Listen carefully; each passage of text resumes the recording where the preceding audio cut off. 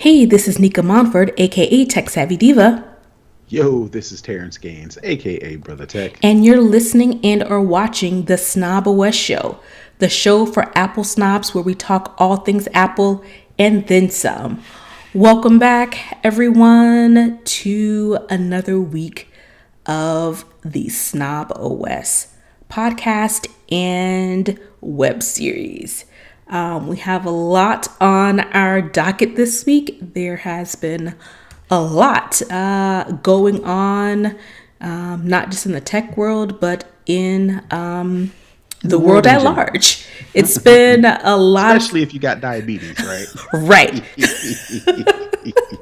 It's been so much going on. Coming up with the show notes this week.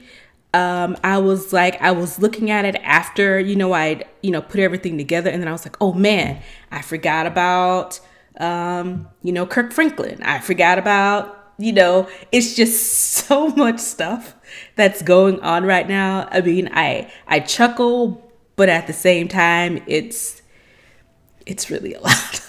It's really a lot. So with that being said, let's go ahead and jump into the show, since we do have so much we want to discuss this week. So we will start with the lowdown, where we talk all things Apple. And first up on the lowdown deck is Apple Maps. Got a little bit of an upgrade, and it now shows where you can get a COVID vaccine. Yep. It seems like, vaccinations is the word of the day, and a lot of people, especially with this new administration, is starting to make vaccinations more available to people. We're not going to go into any of the details, but I think it sounds like they are ahead of schedule on being able to vaccinate every adult person by May. Sounds like they're a little ahead of that. So to make it a little bit easier, companies like Apple are making it easier for people to actually find a vaccination because, we talked about it in the pre-show. It is hard to find a place to get vaccinated because I think everybody's trying to get it at the same time. So if you are looking to tech to kind of help you out, Apple is doing just that. Basically, they are pulling data in from the Vaccine Finder, a free online service developed by Boston Children's Hospital. So basically what you can do is you can voice a query. Oh, do we want to hold this for the hookup since I don't have a hookup this week? No, Okay. we can, since we got a lot of stuff to talk Okay. about, I guess we could consider this the hookup. The hookup is a So, little early this week. right. So let me change it. If you are looking to get a vaccination and you are an iPhone user, you can use Apple Maps and start a query via Siri or put in a search via Apple Maps. If you open up Apple Maps and put in a search, something like vaccinations near me or near my location, when you click on a specific site within Maps, you will find details including address, phone number, and operating hours. Apple says the feature will roll out with 20,000 locations, with more added in the coming weeks. So basically, like I mentioned, everybody right now is looking to figure out not only what vaccination to get, because we got the Moderna, we got Johnson Johnson, we've got Pfizer. Pfizer. In addition to that, they're trying to figure out where can you get them. Is it you got to go to the hospital? Do you got to go to your pharmacy?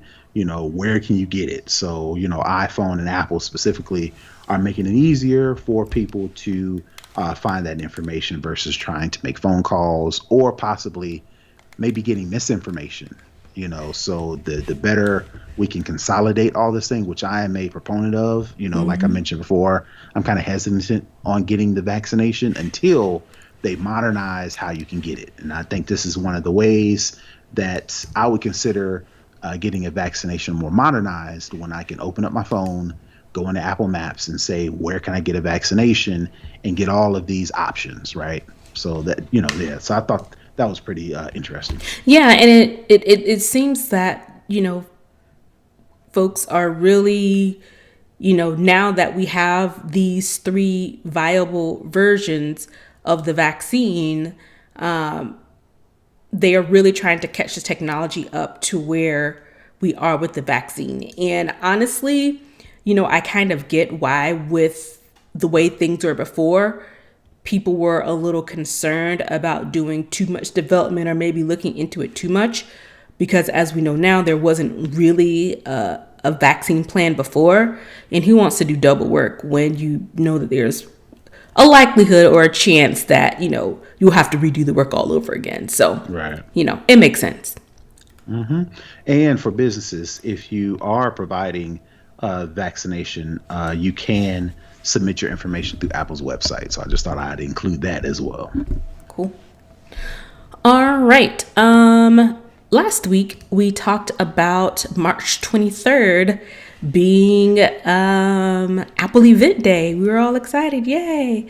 In typical Apple fashion, usually the Tuesday before the event, we get some sort of graphic or some sort of image or some sort of video that alludes to the event, what the event's going to be about, and the date of the event. Well, that would have been yesterday, the 16th. Yes. And at the time of this taping. At the time of this taping, and we record on the 17th on Wednesdays, and we have no such thing.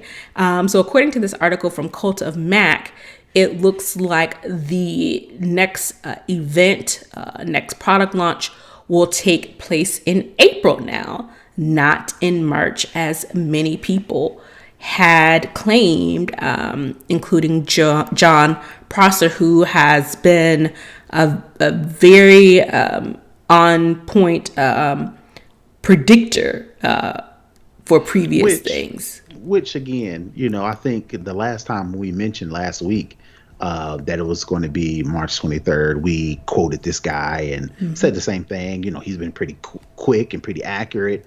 And then now he's putting the event is in April, kind of, almost like poking his chest out. And then it's like that. See, that's why I personally try to stay away from the rumors, because it's easy to say Apple is going to have an event in the springtime or in late winter, and you may not necessarily be wrong, but all you gotta do is keep saying it until it becomes true. Right. And then you're like, look how I was right. But when you start to get specific, that's where you run into a bit of an issue.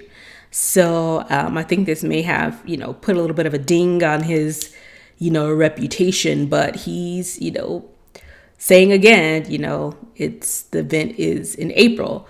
So, I guess if you keep moving it out, eventually it will be a spring month. And then he'll be right. This may be a miscalculation by Apple. Well, let me not say miscalculation by Apple. If Apple really tried to put it in March, I think it would have behooved them to do so, because people are starting to get their stimulus checks. Yes. And money burns hole in people's pockets. The stimmies was hit today, the 17th. Yeah. And I'm seeing all the tweets and all the jokes about the stimulus check, but don't make jokes. Hilarious. People are ready to spend. And a lot of people are ready to spend it on non-essential things because they deserve a treat for themselves for surviving the pandemic. But I was also, he may have been correct, because I was reading some, looking, pulling together clips for the show, that there are some issues possibly with parts for the AirPods 3 that could be a reasoning behind the delay. And I want to say, don't quote me, but I remember seeing something about chips possibly, casually scrolling. So he could have been right. And then Apple was like, we don't have all what we need, so we're going to have to change our minds. And good thing we didn't say anything, because, no one can hold us to that. So I guess we'll see if something actually does happen now in April, or if that gets pushed back to May. So we know that there are new products coming. The question is just when. And, Apple will tell us when they want us to know for certain. So, so yeah, if you don't hear from the horse's mouth, then did you really hear it? All right. The next thing we wanted to talk about in the lowdown, HomePod is being discontinued. Um, if you don't know, HomePod is Apple's wireless smart speaker. Mm-hmm. I don't know. I honestly don't know how popular the HomePod was because I was never really interested in it. Well, it was expensive, and I remember when it first came out, if you had a nice wooden or lacquer countertop or desktop or whatever you set it on, it was causing some damage to it. So there was a lot of, it was early, not before its time, but as far as what Apple wanted it to do, it was kind of before its time, and it seemed like to be more of a hassle than an actual use case for it. But it seems like since then, Apple has dropped the HomePod Mini, super popular, gets rid of all the issues the HomePod had. It was cheaper, and it looks like it has more functionality with the home intercom and all the other things related to HomeKit that maybe Apple's like, it had its run. Yeah, and especially with the release of the HomePod Mini and the way those things continually remain, sold out, and the way people were snapping them up because they were so cheap. I mean, we talked about it. I bought 3. And I was really on, the verge of buying 5. I'm glad I didn't because honestly, I've been having some weird issues with mine lately. Oh, okay. Yeah, and I tweeted it. Did I tweet it today or yesterday that I may look into returning them because they've been very interesting. When I first set them up, they work great. They work good. And I don't know if it's one of those things where you have to use it frequently, but I've had to reset 2 of them already to get them to work. And even now, I was trying to, play a podcast while I was doing something, upstairs. And I had to go back and keep touching it, flipping it and switching it around. It wanted to default to play something on iTunes when I was in Apple Podcasts. So I reset it and it worked fine. But, it has not been without its issues. And I think, honestly, for me, I think the issue may have been with the latest upgrade. I probably shouldn't have done it because before the upgrade, it worked. I had no problems, no issues. Wow. But then when they did the rollout, I think we talked about it. I mean, they pretty much upgraded everything in the line. It was watch, iPad, not this latest OS release, but there was something where they did iOS, OS, watch OS, iPad OS. They pretty much upgraded everything at the same time. And that upgrade, it took a really long time for a couple of them to finish. And then when they did, they weren't ever quite the same.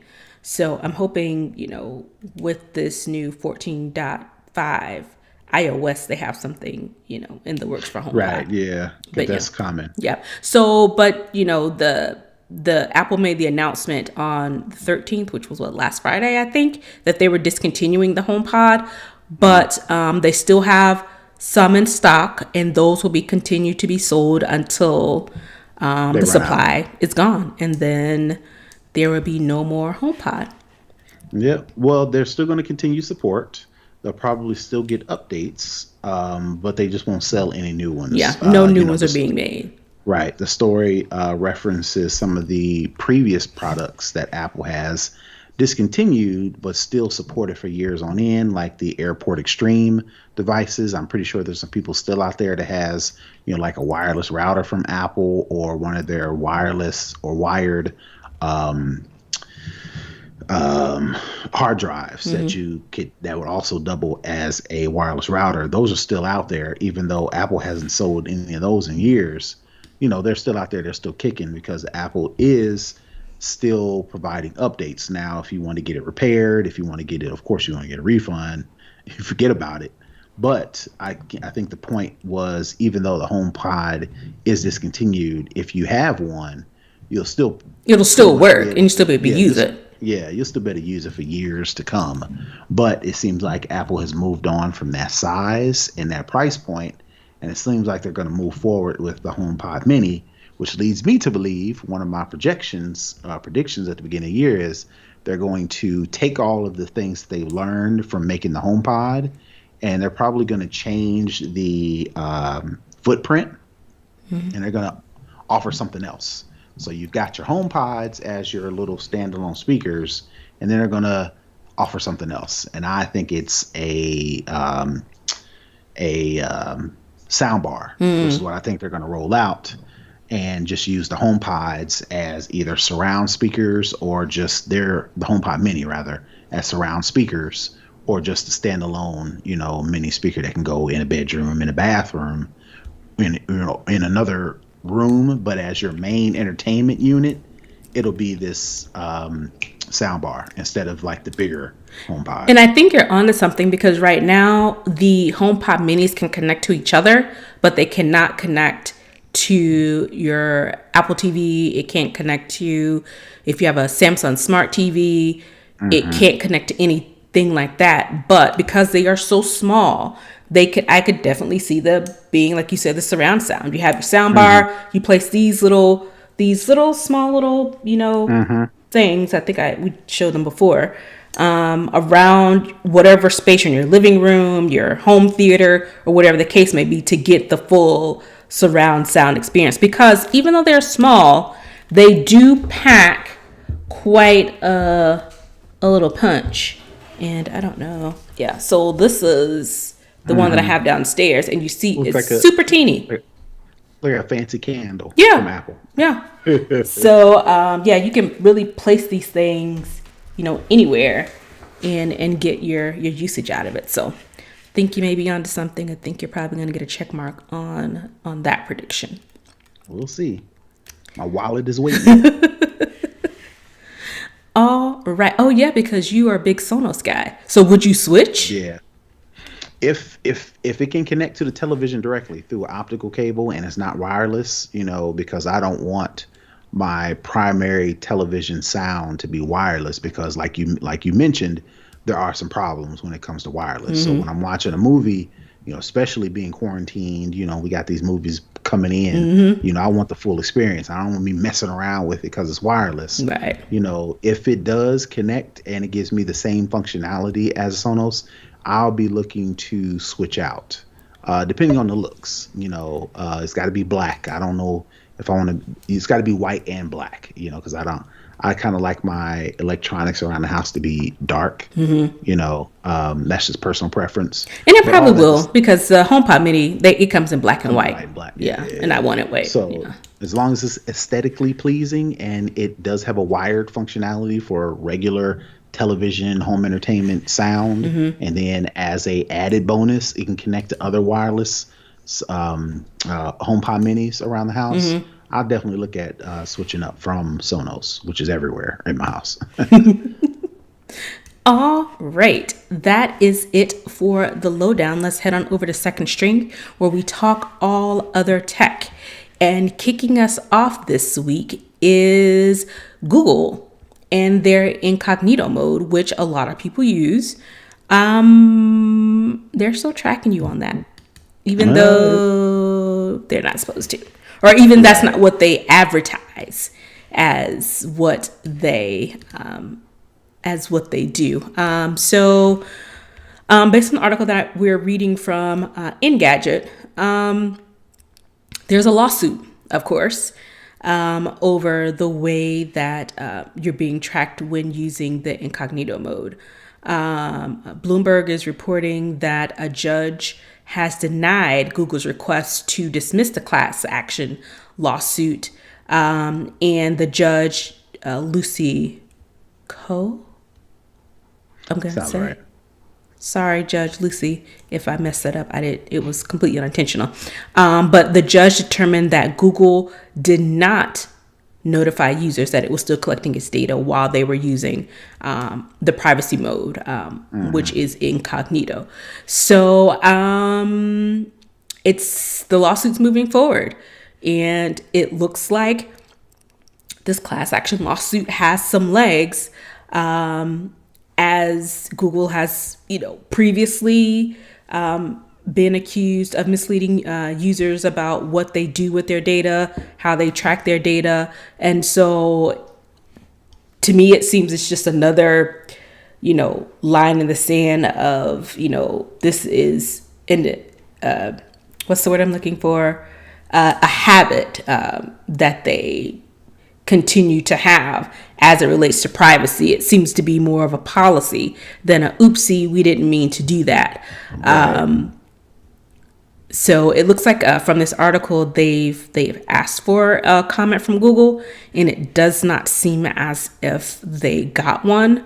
But what this does show is that, what you thought. I spoke too soon. I didn't scroll down enough. The Google spokesperson, Jose Castaneda, he said that, quote, the company, quote, strongly disputes the claims that the incognito and that incognito warned you the site might still track you. And there you go, the plausible deniability in there. The might, they could still, but you're thinking that they can't track you. And the full quote, the full statement is, we strongly dispute these claims and we will defend ourselves vigorously against them. Incognito mode and Chrome gives you the choice to browse the internet without your activity being saved to your browser or device. As we clearly state, each time you open a new incognito tab, websites might be able to collect information about your browsing activity during the section. Well, then what's the point of the mode then? Well, so the difference is, right, and they kind of mention it in the story. The search giant argued that users agreed to its privacy policy and thus knew Google was collecting data. It reportedly warned, and this is the key, that incognito does not mean invisible, and sites still could see activity. So the question is, when I go into incognito mode, are they tracking me? Are they tracking what I'm doing? Are they tracking where I go, what sites I visit, how long I stay on the site, what I do, what I click on while I'm on the site? Or are they collecting data? Like, are they collecting how many people clicked on the site? Are they collecting, what type of data are they collecting? What's the context of it? Are they collecting personally identifiable information about me, Terrance Gaines? Or are they collecting information like clicks? Web traffic to their site. Exactly, right? Yeah. And that's the question I think Google needs to be clear about in order to have any sort of legs on this. In order to win or get this case thrown out, because that's what people want to know. They need to be clear about. And the point that you are making, Google and some of these other tech companies like Amazon, like Facebook, they try to be vague enough to where they try to put something out, but still make it vague enough to where nobody will ask any questions. But things like this won't pop up because they can then say, well, you signed in, EULA, right? We told you, but not really telling you, but we told you. We still may be tracking you. And I think this class action lawsuit, at the very least, is going to force Google to answer be that more question. Specific about what they're doing. And then again, by them doing that, that gives us the ability to make a clear choice, when before we just kind of assumed that, incognito meant I'm off the grid. Because if I do find out that I'm not completely off the grid, I may not choose incognito mode. I may go to Safari, or I may go to Edge, or I may go to a more privacy specific browser like DuckDuckGo, right? Google wants to be vague enough to say, hey, use incognito mode, but still kind of be vague about what exactly, yeah. So I can continue using it. Yeah. Because Google Chrome is popular and incognito mode is as popular because people think when you see incognito mode, people are under the assumption that where I'm going and what I'm doing isn't being tracked. Is invisible. Yeah. Which Google is in so many ways are going to be forced to tell you, not really. Invisible to some, but not to all, type of thing. Yep.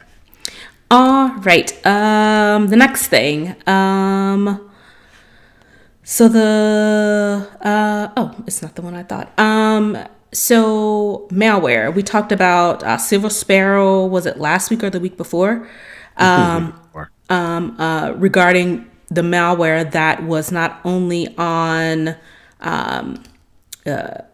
Intel Macs, but on the very new M1 M1 Max. Max, Hmm. which was, I think, probably the biggest shocker of it all, that it was on the new Max as well. So even with that that piece of malware, that they still, I was reading up on ways to find out if your machine was infected, and it's a lot of going into terminal, running some bash scripts to see, if you have the file. So it was pretty much intensive. It's not a one click type of easy thing to try and find where, if you were infected with that piece of malware. But even saying that, in the study, that during 2020, there was a huge jump in malware, almost, wow, 1100%. So the jump was almost 1100% compared to 2019. So Hmm. looking at it in that standpoint, one would say, holy crap, Macs are really being threatened with all this malware, when one of their biggest selling features were they rarely get attacked. But if you look at it in context, it's saying that even with this 1100% increase from Hmm. 2019, it was still, the total of malware found was still less than 1% of the new malware that was discovered for Windows during that same period. So even though it was a huge leap Hmm. in Mac OS, it still was very, very minuscule as compared to new malware that was found on Windows during that same period.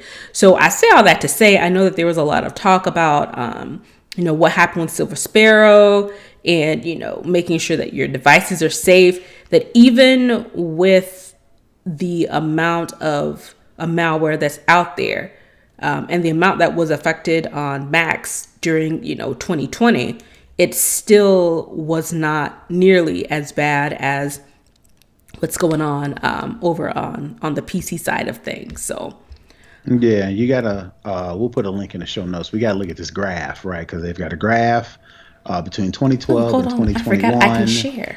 Hold on, me. All right. Well, while you do that, they show you first in the story. They show you a graph of development of Mac OS malware between 2012 and 2021, right?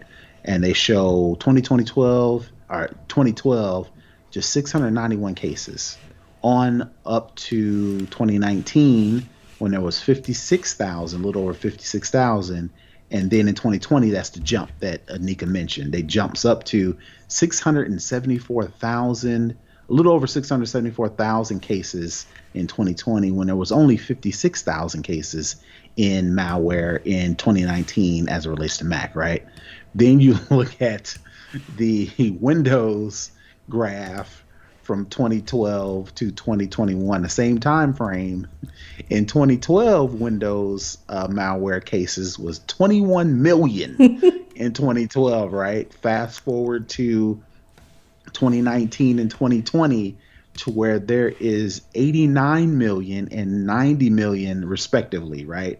So if you compare that to Mac, in PC there was 90 million in 2020, versus with Mac it was just a little over 674,000. So I guess the case that can be made was, if you're watching me on video, you can pretend I'm doing something with my hands.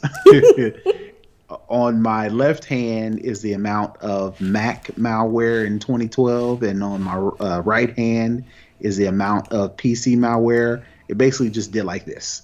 Everything went up, but respectively, there's still way more Windows PC malware than there is Mac. But the case is still that people are starting to pay more attention to Macs, specifically malware, hackers, things of that nature. So, the only reason, in my opinion, this is my opinion, reason why Mac malware isn't as high as Windows malware is simply because I don't think it's that much more secure, even though Apple tries to claim that they've got all these precautions, they got all these safeguards, they got all these things. I just think that hackers are doing a numbers game. They're like, there's way more PCs out there. Mm-hmm. There's way more companies. There's way more corporations. So there's more to gain if I focus all my attention on these PCs. And people are more Than careless. So and well, I would say people are equally careless as in the fact careless. of it's more people that are Right, probably careless in that block of Windows users right. because of the sheer amount. Because of the sheer amount, exactly. But there's still there's looks like there's newfound attention to Mac, so still don't feel like you can just throw caution to the wind when you're using a Mac. Still take all the precautions. Exactly. So we're just looking at percentages, but of course you don't want to be one of those percentages of people who get affected, because you're going to have the same problems. You're going to have to dig through all your software. You may even have to just chuck it, cross your fingers that you didn't get affected, and just buy a new computer. Yep. Nobody wants to do that. Nobody, because you really can't even save any of your files because you don't know if any of those were affected. So, and I say all of that to lead us into our next article, in the war of the dollar. So we mentioned that Mac is getting a lot more attention. The M1 Macs have just really knocked it out of the park, and people are all goo goo gaga over the new M1 Macs as opposed to the Intel Macs and PCs. So back in the mid 2000s, Justin, the Mac guy, he's back out, and he's not back out for Apple. He's now back out for Mac. So he has a series of commercials that are, basically saying, Apple isn't great. The Intel PCs are much, much better than Apple. So specifically, he think he's slick. I didn't figure it out. He's not necessarily. I haven't seen any of the ads, so I could be wrong. But specifically, like super specifically, he is an Intel guy, right? And this is to combat the fact that Apple is starting to come out with their own chips, when before they were using Intel, right? So now, and they'll still have the Intel Mac. It'll be, you could choose. Eventually, Yes. like in the next couple of years, it's safe. It's a safe bet to say Apple is going to be all in one. Yeah. Right. So what Justin Long is doing is, indirectly he's advocating for PCs, but directly he's saying Intel, right? So he's, showing off all the, specifics and the flexibility of Intel. But of course, he's doing that on a PC, right? Because, of course, Intel sounds like or looks like, from the fact that they've got this guy who was so hard for Mac back in the day, that he's promoting Intel. It seems like Intel is starting to see what potentially could happen, and they have put their advertising dollars behind Intel by getting this former, and my podcast people, I'm doing air quotes, right? This former Mac guy, right? To try to Who was just an actor, by the way. But he was synonymously known with being the Mac guy. And when people see him out on the road back in the day, or even now, for nostalgic reasons, he'll be considered to a lot of people as the Mac guy. But that's the problem with some of these actors who get knee deep in some of these roles, when you can't. There's a lot of people who have a hard time separating, oh, he's just an actor, versus this is the guy. This is the brand, yeah. You think of what's the Sprint guy? Because didn't the Sprint guy flip? Right, he was.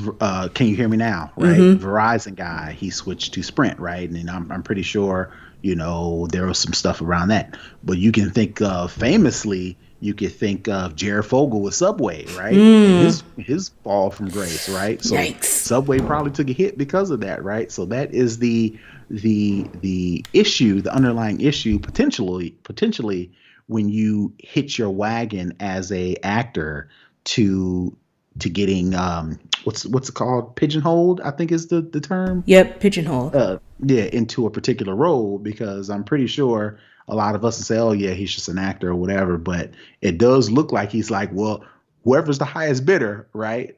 Which is unfair to him. Where the money resides, that's where Right. I'll shill whatever you want me to shill. And I think Right. also, honestly, it's a bit of a false equivalency as well on the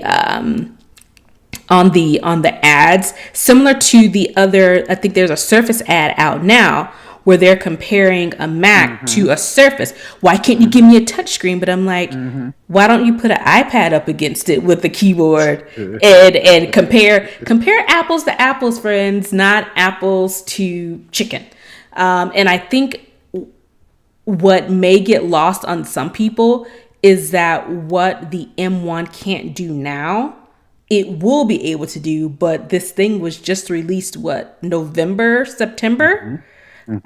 So I think they're taking advantage of some of the naivety from people to not realize that,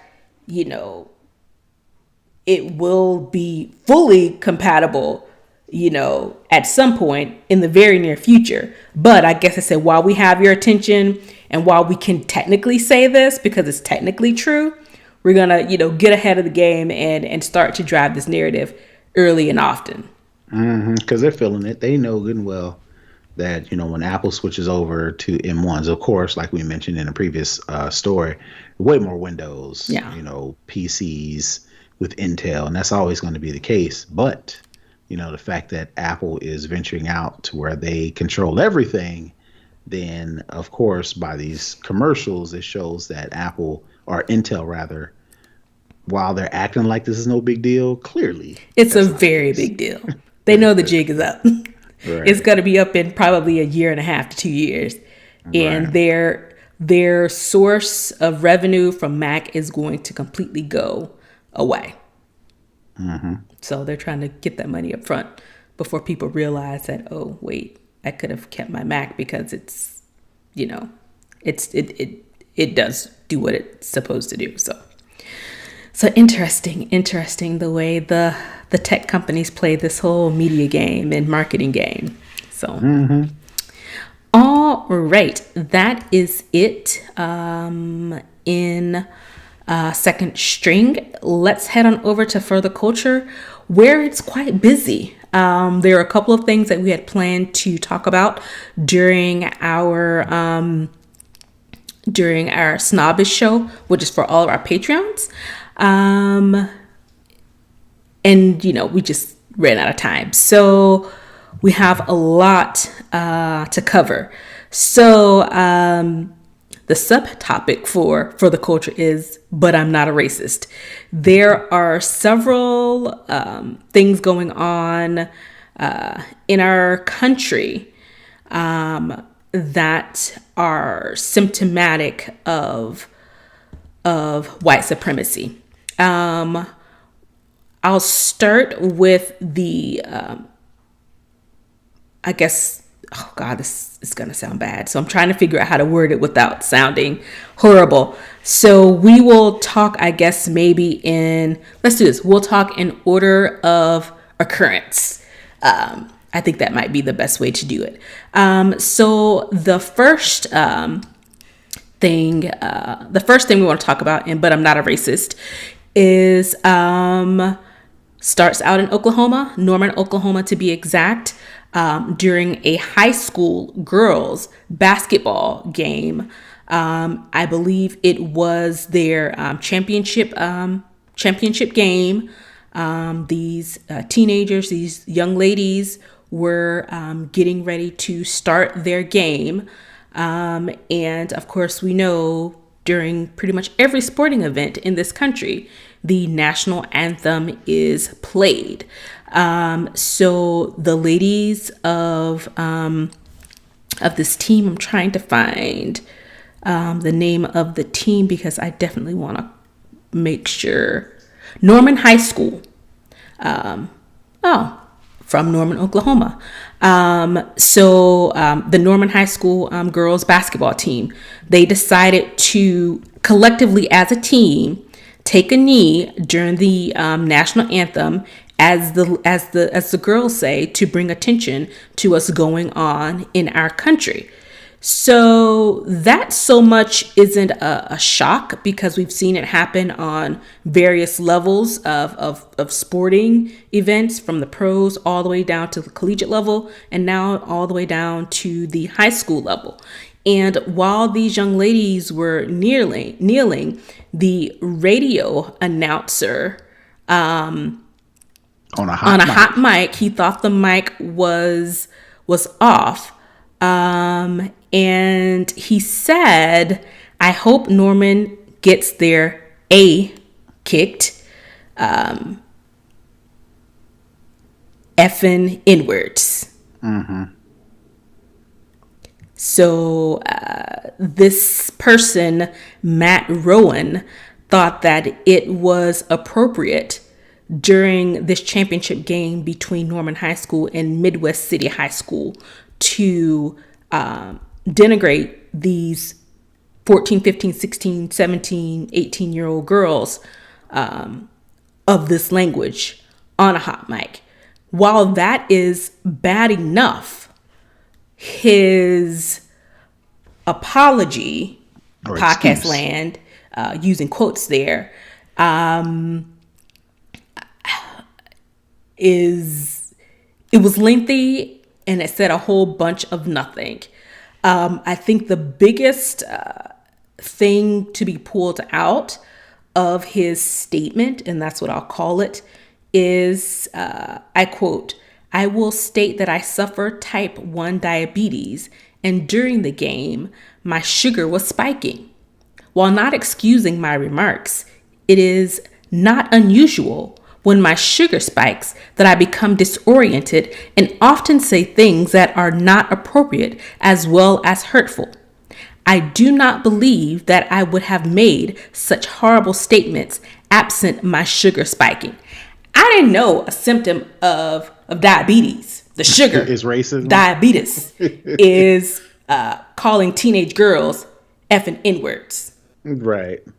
I didn't know that. I know quite a few people with the sugar, as we call it down south. You may lose a foot.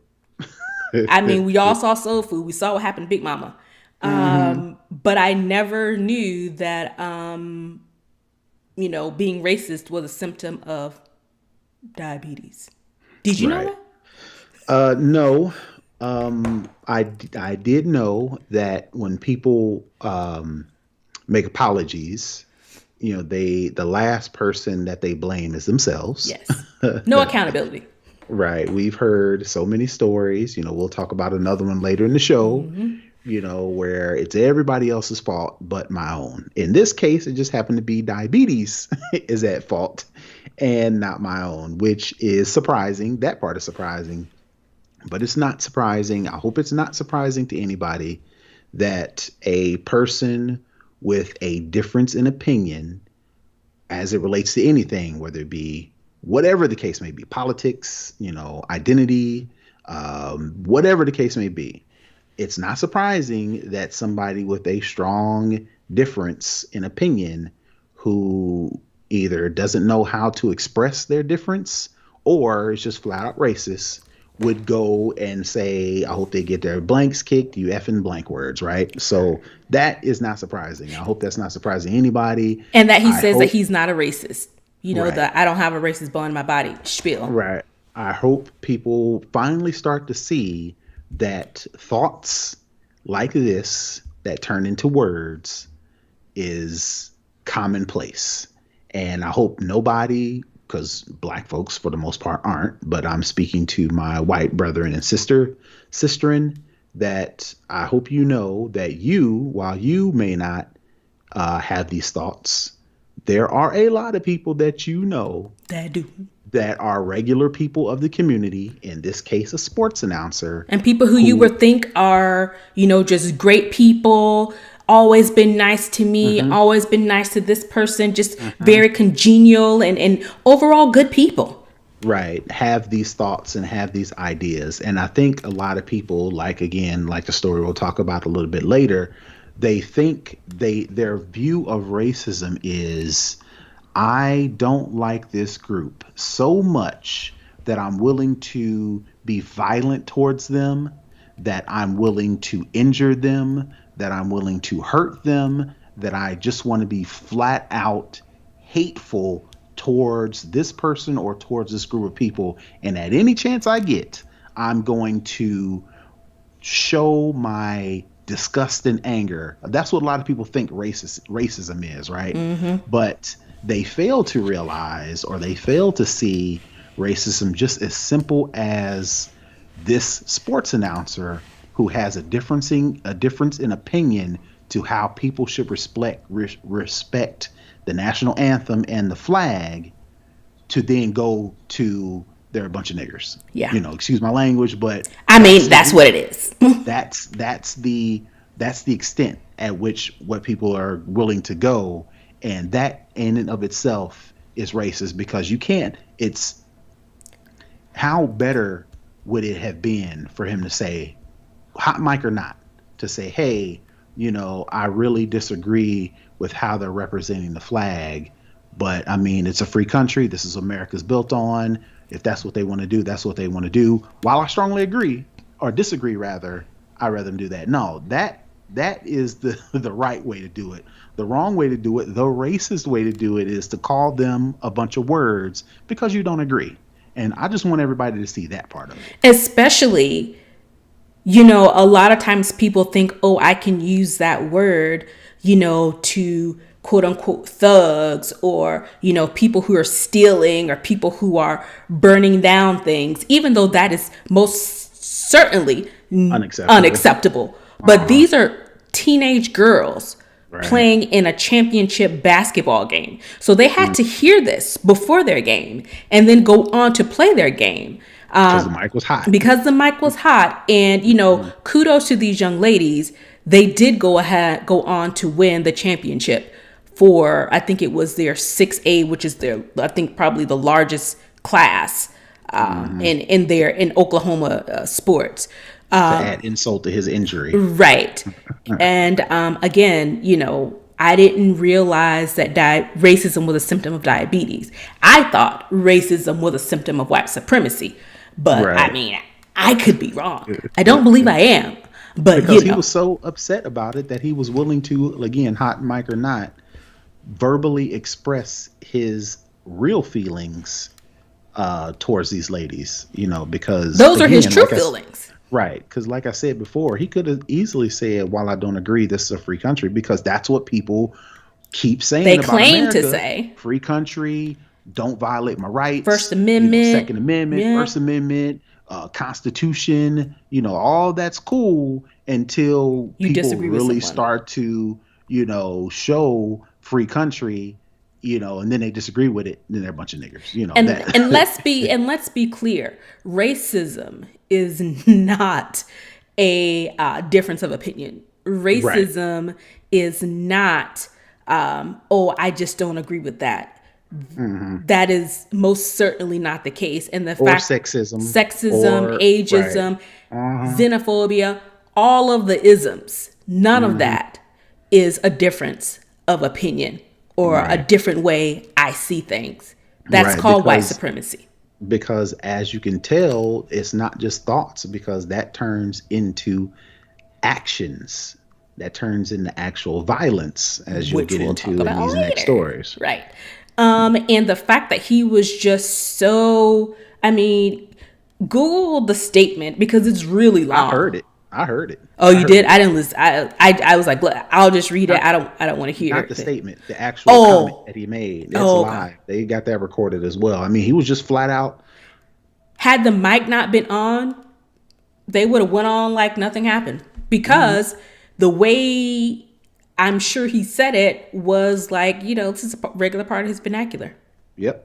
Yeah. As you can tell by the this is not on our on the docket, but your boy from Papa John's, who it has taken him 20 months to get to reduce his usage of the N word. Right, out of his vocabulary. Oh, You it's so hard to be able to not call these black people what I want to call them. It's so hard. Right. Yeah. So it's just again, like I said, I in to surmise, I just want people to recognize, don't be so surprised when this stuff happens because it's And if you commonplace. are, I beg of you, go on, Expand your background. do some Googles, do some readings, because Google is free. They're gonna still Right. track you, but it's free. And all the information is out there. As we go into this next, but I'm not a racist, Hmm. Sharon Osbourne of Hmm. the Talk on CBS Hmm. implored her black co-hosts, who she calls her friends, Cheryl Underwood and Elaine Welteroth, to educate her on racism. Now, all of this goes back to what we talked about last week with the Prince Harry, the Hmm. Duke of Sussex, and Meghan, the Duchess of Sussex, their interview with Oprah. Well, we Hmm. all know Sharon is an English woman. Hmm. Apparently, she's great friends with Hmm. Piers Morgan, who is all of the isms or the ists rolled into one: misogynorist, misogynist, racist, homophobe, all of it. Hmm. He's all of that, and Right. So he had some things to say about Meghan he's Markle, had some got things to upset. say. For years Hmm. about this woman. And so after the interview, he went on to his show and Hmm. said some things. He got Somebody called out. challenged him He on it. got called out by another black man. He appears black. He may be biracial black, but he If appears not, black even better. Even if he was white or another ethnicity, other even than better black. because we need allies Yeah. out here. But he was not. And he has been harassing this woman for years. And Hmm. when one person in a very calm, even keeled, because as black people, we have to be that way, Hmm. as to not be the aggressor in any type of situation, even when we're in the right and the other person is most certainly in the wrong, as we'll further explore with the Sharon Osbourne situation. He got up and walked off of his own show because this guy was calling him to the carpet. So what does his, bestie Sharon Osbourne do? She goes on Twitter and say, I stand with Piers Morgan because, Hmm. paraphrasing, of course, he's my friend. I've known him for I've known him for years. Not a years, racist bone in his blah, blah, body. blah, plee, plee, Uh plee, huh. all the same stuff. So she gets on her talk show. And of course, you have two black women who are on the talk. And they pretty much call her to the carpet to say, so why, did you support this man? And they laid out their case of, Hmm. what he's done to Meghan Markle and to other marginalized people.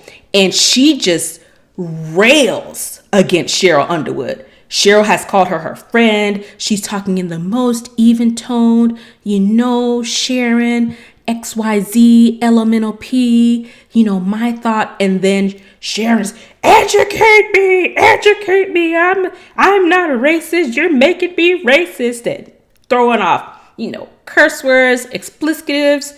I mean, she's just going off. Cheryl gets emotional because talking about racism to a dark-skinned black woman is very personal. It's Hmm. personal to all black people, but I think probably even more personal to black people who are a darker skin tone. And Hmm. Cheryl starts to get emotional, starts to cry, and then Sharon goes, don't you dare cry. If anyone should be crying, it should be me, because I'm the hurt party. Yep. So it just goes to show how, like I mentioned before, people who have the idea of, well, I've never hung a black person, or I've never shot at a black I've never person, owned or slaves. My I've family never didn't own owned slaves. I haven't slaves. used the N-word. Right. Some of my best friends are black. Right. That automatically excludes them from having racist ideologies, if not, verbally saying they're racist. Like in Sharon Osbourne's case, she, in her mind, I'm merely just taking up for a friend who was getting beat up in the news, right? Mm-hmm. Not thinking that the reason why he's getting beat up in the news is because of some of his past and present racist, sexist, all the other is ideologies. Mm-hmm. And sometimes you just got to let people take that L without you automatically jumping in publicly. Now, privately, you may feel this way, and I guess it comes down to it. If you really feel that way, then maybe you need to pick and choose your battles, Or just like ring up your old buddy and have a conversation about it right and in not the say it on national TV. or on in a sports cast Right. announced basketball game, right? And what it does is it makes things worse because in Right. Sharon's case, they've put the show on hiatus, which I think is insane. Suspend the racist lady. Suspend the lady who was yelling and cursing on live TV and denigrating her black coworkers. Mm-hmm. You don't have to suspend the crew. Well, I think the point behind that is we'll change the channel.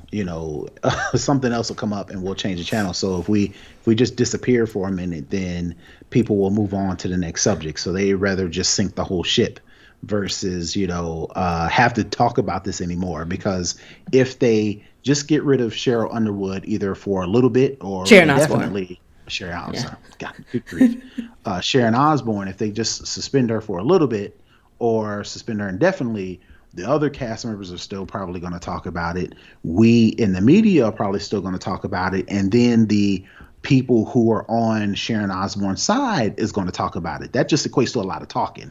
So it's to them, I'm not excusing it. I'm not, saying it's right. But then it's like, look, let's just dead the whole thing so nobody have nothing to talk about until something else comes up, which it will and it already has. So what happened was Elaine Welteroth and her hairstylist filed a formal complaint with CBS saying that it was a hostile and toxic work environment. So now they have to do a real investigation. And in addition to that, other co-hosts have come out to say the racist and homophobic things that Sharon has said to them. Holly Robinson Pete came out and said that Sharon got her and Leah Remini fired because she said they were too ghetto to be on the show. Apparently, allegedly, she referred to Julie Chen, who is the wife of Les Moonves, who used to be the president of CBS and was the lead talk person on their show, referred to her, who is Chinese American, as, quote, wonton and, quote, slanty eyes, as well as other ethnic slurs that are used against Italians. There are also claims that have been backed up by multiple anonymous sources that said that Sharon Osbourne has referred to Sarah Gilbert, who is the talk creator and executive producer, as well as a former host who is a lesbian, as some derogatory terms as well. Isn't she the one that's on the that was on the Connors? Yeah. Okay. Darlene. Okay. Yeah. So, more and more things are coming out about her. And all she had to do was sit there and eat her food. And listen, I think that's the thing that a lot of people miss, with Piers Morgan, with Sharon Osbourne, even with the diabetes guy, right? Mm-hmm. Instead of them just saying, that was a terrible decision to make. I apologize because I'm sure I offended somebody. I'm willing to listen. I'm willing to reflect. And I'm willing to, come out this on the other end a better person. Instead of them doing that, they get so defended. They get so defensive, rather, that they feel like, okay, well, this weight is starting to come on me, something that I got to state my case. They got to state their case, which I don't know why, with all this stuff coming out with Sharon Osbourne, and by these other co-hosts and other people who worked with her, around her. Piers Morgan, we know, just on air stuff that he's said and done, not counting stuff he hasn't said on air, right? We know these people really don't have a case. So the fact of them to get so defensive and bite back so hard, it seems like one, it, and two and three and four, that it's true, right? So, what people who, in all of these cases, the people who bite back so hard, they're really trying to not necessarily defend themselves and dispel any myths, but they're really trying to hide who they really are. They're more offended about being called a racist than the actual racism. Because Sharon has gone on to be interviewed by Kevin Flip Frazier, a black man who gave her a very softball interview. He basically in his post tagged several black women, two of which Sharon Osbourne has harmed, to come to the table and have a summit. No, that's not their job to educate her or to have who has a conversation with their abuser and tries to let me absolve you of your feelings. No. And her now, this is Wednesday. God knows what will happen by the time the show airs on Friday. She's saying now that she was set up, that the executives on the show set her up and blindsided her with this conversation, even though she admitted that they came to her and asked her, do you want to talk? Would you be okay talking about this? She said, yes. She said, and the producers were like, even if someone, doesn't agree with you and what you've said, she was like, yes. But now that she's taken all this heat, now she has to go and cry on everybody's couches and do apologies and, say she was set up, rather than merely, one, she should just sat there and listen to Cheryl Underwood. But racists can't do that. They have to bite back. And she thinks, again, white women, they weaponize their tears. It's been done since the beginning of time, where people, particularly white women, can weaponize their tears, particularly against black women. And then you have Cheryl Underwood, who is a dark-skinned black woman. So that adds another layer to it. Instead of just saying, you know what I said was wrong. It was poor word choice. I, in speaking up for my friend or a person that I care about, I did not take into full account of the impact that it would have on you, my people you're calling friends. I apologize for yelling and being, denigrating defensive to you and defensive to you and telling you to not show your emotions. I apologize. I am sorry. And let it die down. But no. Yep. So it's almost like people are so scared of being canceled that, you do things to even put yourself in more cancellation mode. Right. Instead of just doing what a lot of people, like you mentioned, a lot of people suggest, just take the L. Just take the L. Everybody gets them. Everybody has L's. Take yours, and roll and keep it moving. All right. Yeah. Before we get to the latest issue, I did want to show, let me flip over my screen, something I found on Instagram today that leads even more credence to this whole notion of what we have come across. I'm trying to bleep out something not so great. So those of you who are listening to this show cannot see it, I will play the video and then I will tell you what's in the video.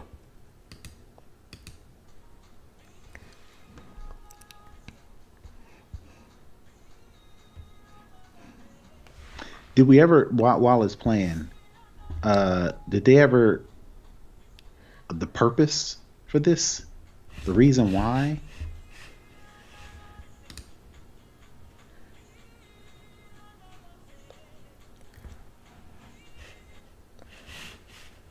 So, what we just saw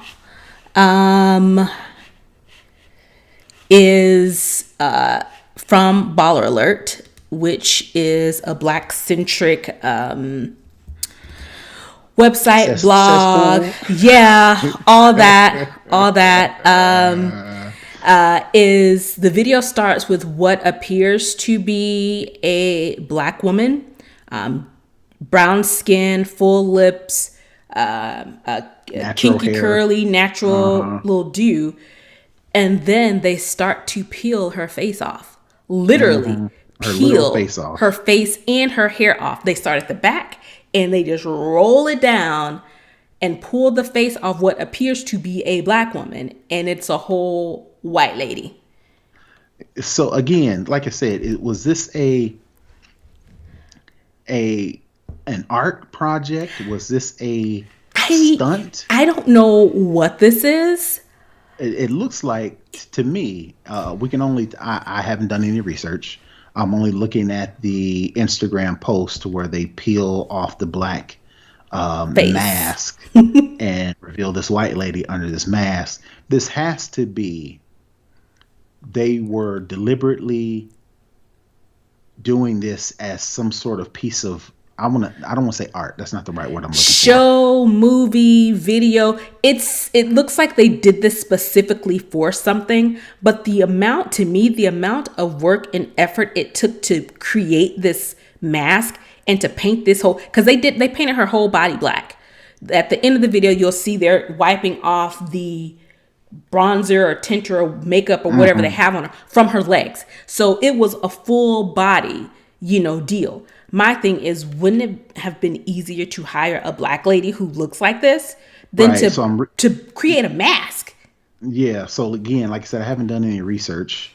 But according to some of the comments, it said one person commented, the whole show wears fake faces, masks.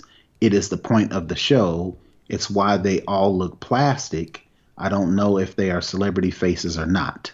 So again, I guess that goes to my point is it looks like, and the fact that they publicly filmed them pulling the mask off, that it is blackface.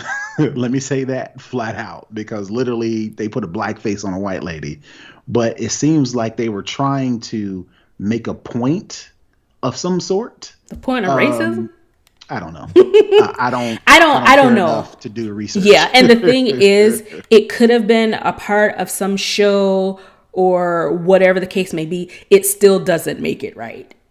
Yeah, because it's this sort of issue has a lot of holds a lot of sentiment as it relates to black people specifically, and there's just some things, art or not, you just don't touch, Yeah, and blackface is one of them. is one of those things. Because You it's the know, hair. I mean, it's everything. They literally peeled this lady's whole top part off from the mhm, hair because the hair was attached to the face. I mean, it's full on. And I don't right, know what context. There is no context that right. There's this would just be some okay in things. any way. Yeah, they're just some things you don't touch. And, blackface. Now, this lady could have been, they could have made this lady look younger. They could have made her look older. They could have made her look like a different sex. But when you're talking about race and you're doing it in the year of Al Gore's Internet 2020, there are some things as edgy, as artful, as conversation driven as this you want this to be. There's some things you just don't touch, Right. and this is one of those things. It's one of those things. Your motives could have been pure. You could have been all for the sake of art, and I get it. There are some art things that could be considered art that I don't get, but it's art. Hey, maybe they tried to do this thing, but yeah, you just that art for the sake of art. They could have this done this so just much don't more with fly. this. If you're going to Right. build a whole face mask that you glue onto another person's face and paint their Hmm. whole body another color, you couldn't have made him a mermaid. You couldn't have made him a monster. You couldn't have made him a fairy. I mean, it's a million things that you could have used this level of effort to do to Right. transform one person into something else. Right. So, but again, I think they did it to be edgy, to be in the conversation, and it worked because we're talking about it. So I guess mission accomplished. Maybe I don't know. I guess. All right. And the last thing, again, we're recording this on Wednesday, March 17th, but on March 16th, right here in the city of Atlanta, a white domestic terrorist killed 8 people of Asian descent. 6 of those people were women across 3 different locations. Four of the victims who died were of Korean descent, and it looks like this guy targeted massage parlors where I guess he assumed, and I mean his assumptions were correct, because the victims were of Asian, and this specifically Korean descent. Went on this killing spree in this area. It's in Buckhead. Yep, and in Atlanta. And again, it's not a far stretch to say that, recent violence towards Asian Americans could have stemmed from the previous administration's handling of the coronavirus, how they depicted the origins of the coronavirus, the pent up frustration that people have as it relates to the effects of coronavirus, being locked in their homes, some people losing their jobs, people having to, get government assistance, some family members dying as a result of the coronavirus, all that could add up to somebody being radicalized enough to do something like this that left 8 people dead. Especially when you've had a white supremacist president who insisted on calling the coronavirus the China virus, who insisted on calling it the Kung flu, who insisted on placing blame on a group of people. Not an administration, not a building, not a office. A person. Yeah. A person leading other people. And, they spoke about, I did a screenshot on something. So this isn't the first instance of targeted hate against Asian individuals. So based on this article, this Instagram post that is from Kamora Sibbons, who is Black and Asian as well, of Asian descent. And it says, since COVID-19, anti-Asian hate crimes have increased by 1,900% in the United States. Nearly 3,000 reports of anti-Asian hate incidents were reported in over 47 states and the District of Columbia. And 73% of the reports counted the most vulnerable elderly Asians as the victims. And many of the crimes go unreported or are not classified as hate crimes. So that goes to show that, because I personally think, because of the previous administration, the way they handled this coronavirus pandemic, the way they phrased it, the terminology they used, we've already seen, with the insurrection at the Capitol, the way that they have radicalized these folks in this country. And we're going to call them what they are. They are domestic terrorism, terrorists. Because the whole purpose is to cause terror domestically. Yeah. Right. I mean, that's just, as simple as you can put it. You can't get any simpler. Excuse me. Yeah, like I said, the whole point is to cause terror, and they're doing it domestically. That's domestic terrorism. Yeah. I mean, why are we? It doesn't take a rocket scientist. And right. The thing is, the amount of mental gymnastics, verbal gymnastics that the legal authorities here in the state of Georgia are doing to not hold this man accountable for killing these people. He had a sex addiction. He said they interviewed him, and he said he didn't kill those people because they were Asian. Even though he passed multiple strip joints on his way to those locations, He's saying it's because he saw those places as tempting him in his sexual addiction. They've gone on to talk about he was a nerdy kid who was really religious. His parents was a pastor. I mean, all of this mental gymnastics, not to call a thing a thing. This is pure out racism against Asian people. Yep. And there's, I mean, like we mentioned, there's been plenty of stories throughout the year of, Asian people being attacked. I clicked on the story, and it's kind of hard to read, to where this guy and his family got attacked by somebody in Midland, Texas, in a Sam's Club, where this guy and his kids were stabbed. And it seems like they survived, but of course, the father got slashed. One of the 6-year-old and the 3-year-old got injured. To where they have issues with face. It's just sickening that people are moved so much by someone's epidermis, the color of their epidermis. Right. And, it's sad, but like I mentioned earlier, it's not surprising, the amount of people who said, this is not America. This is not who we are. It's definitely who we are. This is America. Yeah. It's sad. I don't want it to be that way. I don't want to give the impression that people who are listening, who, believe that, Terrance or, the show, that's all they do is look for racism. I'm like, no, we open up. We don't have to look for it. It's there. We open up Facebook. We open up Instagram. We open up Apple News. We open up Google. We exist. And it's there. So, it's not.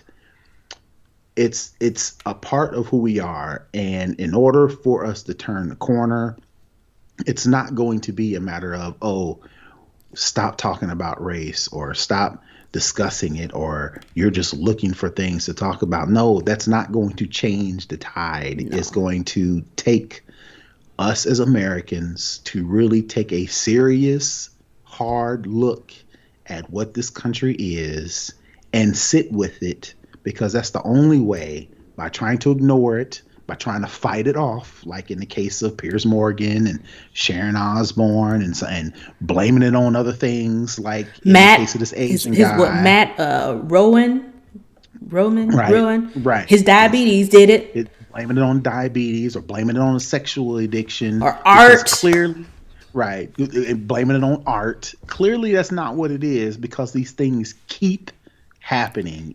They're not one-offs. Right. It would be one thing if violence towards Asian Americans was a one-off thing, like you mentioned. This one isolated incident. No, we've seen story on story on story on story all this year as it relates to Asian hate against Asian Americans, people of Asian descent. We've heard for generations of racism towards black people. Vietnam War, Korean War. Right. I mean, this isn't new.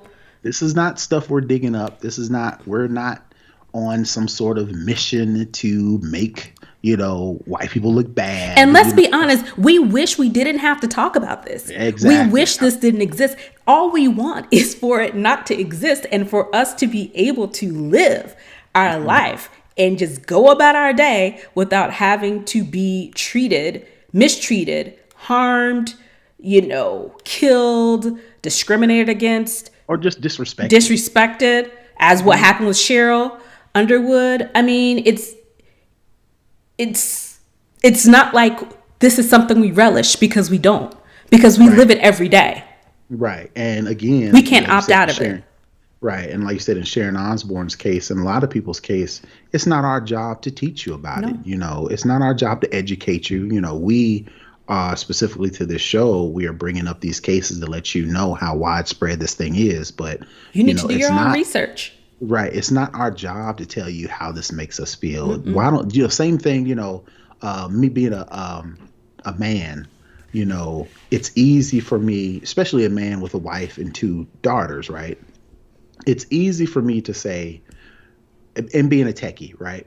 It's easy for me to say, I found these tips, right, that could help you use your iPhone for women to stop you from being sexually assaulted. you do this thing and you click this thing and then it'll do this and it'll do that. And if you do these things, that's less likely for you to be sexually assaulted. It's easier for me as a man to do that instead of just saying, men, stop Don't rape sexually women. assaulting women, right? So you take that same attitude towards, as it relates to racism. It's one thing to say, okay, well, let's not talk. You keep talking about race, or in the case to where black people always have to be okay, here's what you have to do to stop racism. Stop doing these things, stop doing that thing, don't do this, don't say that, especially when a mic is on. Don't do that, don't say this, don't blame it on your diabetes, or you could just stop being racist. Yeah. Right? And let's not forget, there is another layer to this story called misogyny. Right. Because we know history has taught us that Asian women are extremely fetishized and sexualized. Oh, absolutely. And to note that of these 8 people who were murdered by this domestic terrorist were women. And in a massage parlor where, based on some of the things that I'm reading, people are assuming that it was negative things going on in these massage parlors. 1, we don't know that to be true. And 2, if it was, does that constitute someone being murdered? And the fact that he's tying it to his, quote, sexual addiction. So it's just another layer on top of the racism. These women, these families have had their person taken away from them because of someone who is racist and someone who is a misogynist. And usually if you're one of the ists, you're probably a bunch of them. Right. You don't just cherry pick, oh, I'm just not going to like black people. Right. You're likely probably going to not like a lot of other people. So that can't be, lost upon us. And if you go on Twitter, go to the hashtag Stop AAPI Hate, or I think another one is Stop Asian Hate. There are some great resources on there. I implore you to follow and to, listen to people of Asian descent and of Asian American descent. How, during Black Lives Matter, how we say, listen to black people, listen to these Asian and Asian American people, listen to their stories, listen to how this affects them. Right. And, if you're really willing to do the work, find out ways to support and to help. And one way, if you are a non-Asian person or a non-person of color or a non-black person, talk to your family members. I mean, it's just that simple, because if you start there having the conversations with your family members when they make a racist joke, regardless of which brown person it's against, or when they make a homophobic remark, call them on it. Don't let them just say, oh, well, that's how Uncle Fred is, or Aunt Evelyn is, or whatever the case may be. Call them out. Or, well, they don't treat people that way. It's just something that they said, right? Right.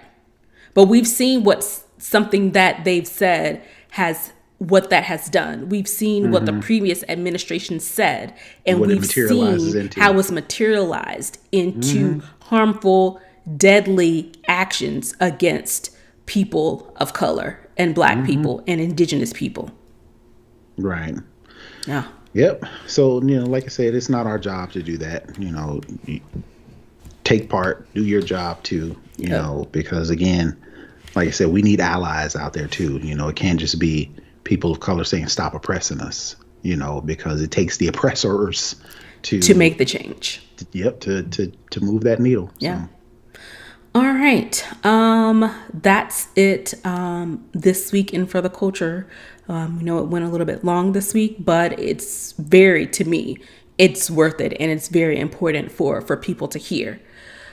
All right. For the hookup, if you will, scrub back to the beginning of the show, you will hear the hookup from Terrance as it relates to how you can use Apple Maps to find to a find COVID to find vaccination a COVID area near you. vaccination. Just Yeah. put the search in Apple Maps, and they have compiled data from at least 20,000 different sources to be able to look up where you can get a coronavirus vaccination if that's what you're trying to do at this point. You can do that very easily through Apple Maps. All right. And that is our show for this week. Definitely download, rate, and review us. We're on Apple Podcasts, Google Podcasts, and Spotify. Hit us up on the social media sites, Twitter, Instagram, and Facebook. We're at snobOS Cast everywhere. Also, be sure to watch us on our YouTube channel at snobOS Cast. Make sure you like and subscribe to the channel so that you can get notifications when we publish new content. Also, feel free to leave us comments and suggestions on our website, snobOScast.com, or email us over at snobOScast@gmail.com. Additionally, you can support us and you can support the show by becoming a Patreon. You can go to patreon.com/snobOScast, and for as little as $5 a month, you can get access to our pre-show content, access to our live show taping, as well as access to our community forum. If you do not feel the need to become a patron, even though you're missing out, you can definitely drop us a little bit of a love offering via PayPal at paypal.me/snobOS. And that is it for this week. We will see you next week. Bye. Peace.